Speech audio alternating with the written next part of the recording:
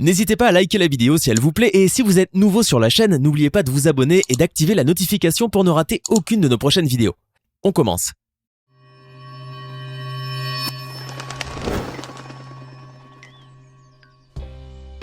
Du tigre qui se prend d'amitié pour une chèvre jusqu'à la danse féerique des étourneaux dans le ciel, voici les choses rares que vous ne verrez jamais. Ces images nous viennent d'une province canadienne et elles sont surprenantes et comiques. On y voit une femme, Diana, et un Rottweiler, son chien fidèle. Les deux livrent une bataille à une famille d'ours noirs composée de 2 oursons et de leur mère. Malheureusement, on ne voit que la scène finale de l'échauffourée. Le chien avait déjà réussi à faire fuir les 2 oursons et l'un d'eux s'était réfugié au sommet d'un arbre.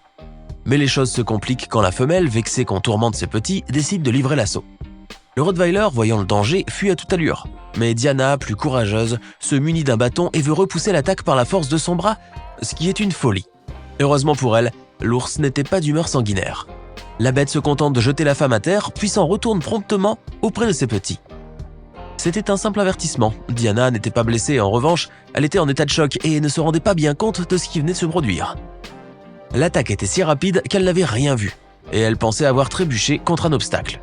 Elle et son chien seront plus prudents à l'avenir et éviteront toute querelle avec cette famille d'ours noirs. Sur une autoroute de Californie aux États-Unis, il y a 5 à 6 mois, les conducteurs furent les témoins d'un événement extraordinaire par une matinée tout à fait banale. Il y avait sur la route parmi tous les véhicules un fourgon blindé. De l'extérieur, il était difficile de deviner ce qu'il pouvait transporter. Mais quand par accident la porte de ces camions vint à s'ouvrir brusquement, le mystère de la marchandise se dissipa aussitôt. C'étaient des billets de banque. Les précieux papiers étaient en quantité énorme, et par l'action du vent, ils furent vite dispersés dans toutes les directions. C'en était assez pour éveiller la cupidité des conducteurs qui assistaient à cette pluie de billets. Le malheureux conducteur du fourgon, qui voyait toute la richesse dont il avait la charge s'en aller aux 4 vents, essayait vainement de réparer la catastrophe, mais personne ne l'aidait. Bien au contraire, tous ceux qui se trouvaient là se faisaient un plaisir d'amasser le plus de billets possible. Jamais ces bons citoyens n'ont touché de si près ce qu'ils appellent le rêve américain. Le transporteur des billets impuissant face à tous ces voleurs n'eut d'autre ressource que de les filmer, afin de les dénoncer à la police. Ce procédé porta ses fruits. La police ouvrit une enquête, tout cet argent revenait à une agence du gouvernement qui garantit les dépôts bancaires, et le fourgon lui-même appartenait à la banque.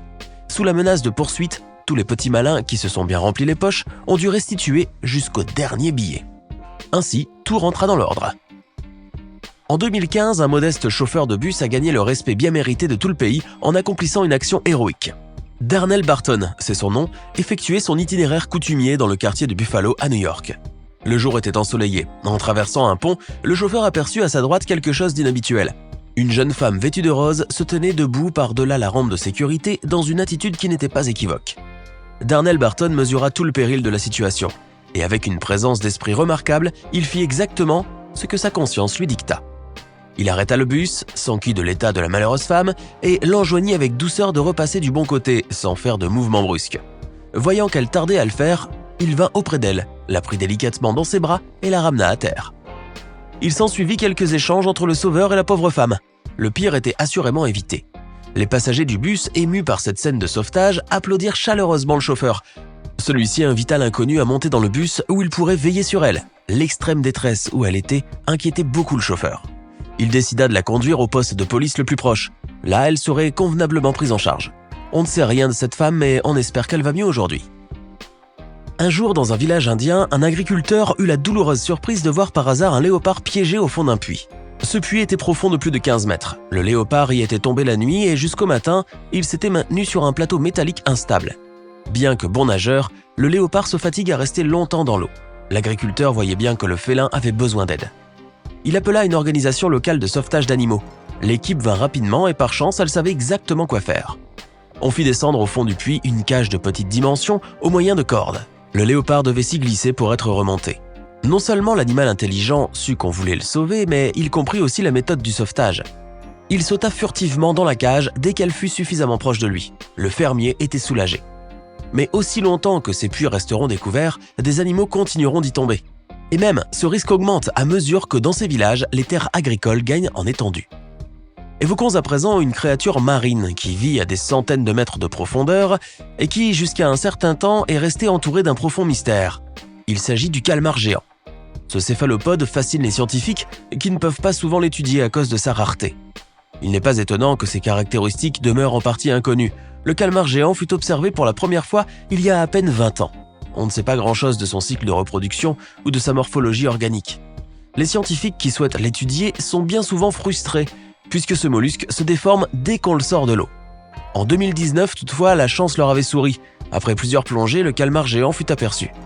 Pour la première fois, on vit à quoi ressemblait ce mollusque légendaire dans les eaux du golfe du Mexique.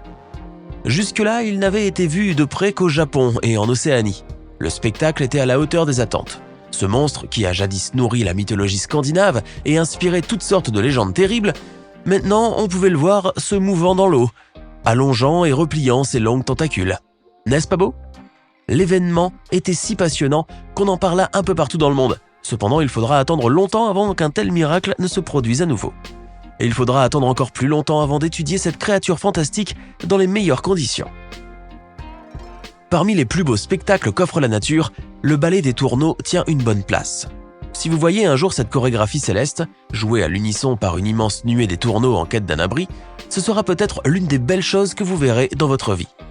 Cela se produit en hiver, parfois aussi en automne, généralement au-dessus de forêts denses, aux arbres touffus. Les étourneaux volent ensemble par centaines, par milliers, sans meneur, sans trajectoire définie. De loin, on dirait qu'ils composent un nuage ondoyant qui roule dans le ciel. Sa forme s'étire et se resserre alternativement et compose à chaque instant des figures nouvelles, capricieuses et charmantes. Leur voyage est aussi agréable à regarder qu'il est intéressant à étudier et à modéliser. Le mouvement de chaque étourneau dépend de celui de ses voisins. Ils changent continuellement de direction, mais ils restent coordonnés dans l'ensemble. Leurs déplacements se compensent et se complètent mutuellement. Alors, aimeriez-vous assister à ce ballet aérien des étourneaux ? Ce que vous allez voir maintenant n'est rien de moins que la deuxième éruption volcanique la plus meurtrière du siècle.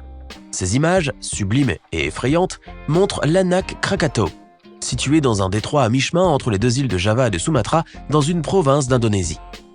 On assiste à l'éruption explosive et spectaculaire qui a causé des dommages si terribles au pays en décembre 2018. On voit les premiers instants de la catastrophe. L'expulsion violente et irrésistible du magma, les torrents de lave qui s'écoulent sur les flancs du volcan et le panache de fumée noire qui monte au ciel. Cette fureur des éléments est grandiose et tout ce flamboiement infernal sur le fond sombre et indistinct de la nuit est très beau. Cependant, il ne faut pas oublier que ce fut un véritable désastre. En effet, cette éruption a été suivie d'un tsunami qui a ravagé les côtes indonésiennes. Plusieurs centaines de morts étaient à déplorer et des dizaines de milliers de blessés. L'évacuation massive des populations a contribué à réduire le nombre de victimes. Depuis cette tragédie, le volcan d'Anak Krakatau est entré en éruption à plusieurs reprises encore. Amour et Timur, c'est le nom de deux animaux dont l'histoire mériterait bien d'inspirer un long métrage d'animation de Walt Disney. Amour est un tigre de Sibérie et Timur est une chèvre. Le tigre vivait dans un complexe animalier russe et il était très aimé de toute l'équipe du zoo. Il appréciait la bonne chair. On le nourrissait d'antilopes, de moutons et de volailles et il ne laissait jamais un morceau de ce qu'on lui donnait à manger. Un jour, comme à l'accoutumée, on avait fait introduire une chèvre dans son enclos, mais la chèvre ne fut pas dévorée. On ne sait comment, mais la chèvre sut gagner la sympathie et le respect du tigre. Par son caractère engageant, simple, confiant et naïf, la proie avait attendri le prédateur. Les deux animaux, que rien ne devait jamais rapprocher dans la nature, étaient devenus des compagnons inséparables. Une réelle affection mutuelle s'était établie entre eux. Pour les responsables du zoo, c'était quelque chose de très touchant. Et c'était aussi l'occasion d'attirer beaucoup de monde. Et en effet, cette amitié improbable devenue célèbre fit venir un grand nombre de curieux et même des journalistes et des scientifiques. Les deux nouveaux amis mangeaient, jouaient, dormaient, faisaient tout ensemble. Une telle liaison entre un tigre et une chèvre, cela tient du miracle. Ils vécurent dans cette joyeuse entente pendant plusieurs mois. Peu à peu, la chèvre devint audacieuse et se permit des libertés de plus en plus agaçantes. Un jour, alors que le tigre était allongé, elle se mit tout à coup à le piétiner. Un tigre n'excuse pas une telle impertinence, des disputes s'élevèrent, le couple se brouilla. La chèvre tomba malade et mourut peu de temps après ce coup d'éclat. Ce décès provoqua une vive émotion chez beaucoup de gens. Elle fut enterrée dignement sous un petit monument de bronze érigé à sa mémoire. Quant au tigre, il est toujours vivant. Un couple anglophone a eu la chance de se rendre un jour dans l'île Fraser, située à l'extrémité orientale des côtes d'Australie. Cette île est un véritable paradis. La mer y est douce et limpide, et le sable qui recouvre une grande partie de la terre est d'une blancheur éclatante. L'île Fraser est aussi connue pour abriter une famille innombrable de dingos, que les touristes viennent parfois nourrir. Mais notre couple préférait un autre amusement, la pêche. Les deux amoureux possédaient tout l'équipement nécessaire. Le soleil commençait à se coucher, et s'ils étaient chanceux, ils dégusteraient plus tard autour d'un feu des morceaux de merlan ou de truite au bord de la mer. Le pêcheur lança la ligne, attendit patiemment et sentit quelques moments après qu'un gros poisson avait mordu à l'hameçon. En même temps, sa compagne apercevait une ombre informe et mobile à la surface peu profonde de l'eau. Ce n'était pas un poisson quelconque, leur prise était inattendue et extraordinaire. C'était un requin taureau qui se promenait solitairement et qui venait saluer en passant le couple étonné et joyeux. Ce prédateur isolé, reconnaissable par son aspect massif et son dos arrondi, semblait inoffensif. Il fallait relâcher l'animal. Malgré le caractère apparemment pacifique du requin, la jeune femme avait jugé prudent de s'en éloigner le plus qu'elle pouvait.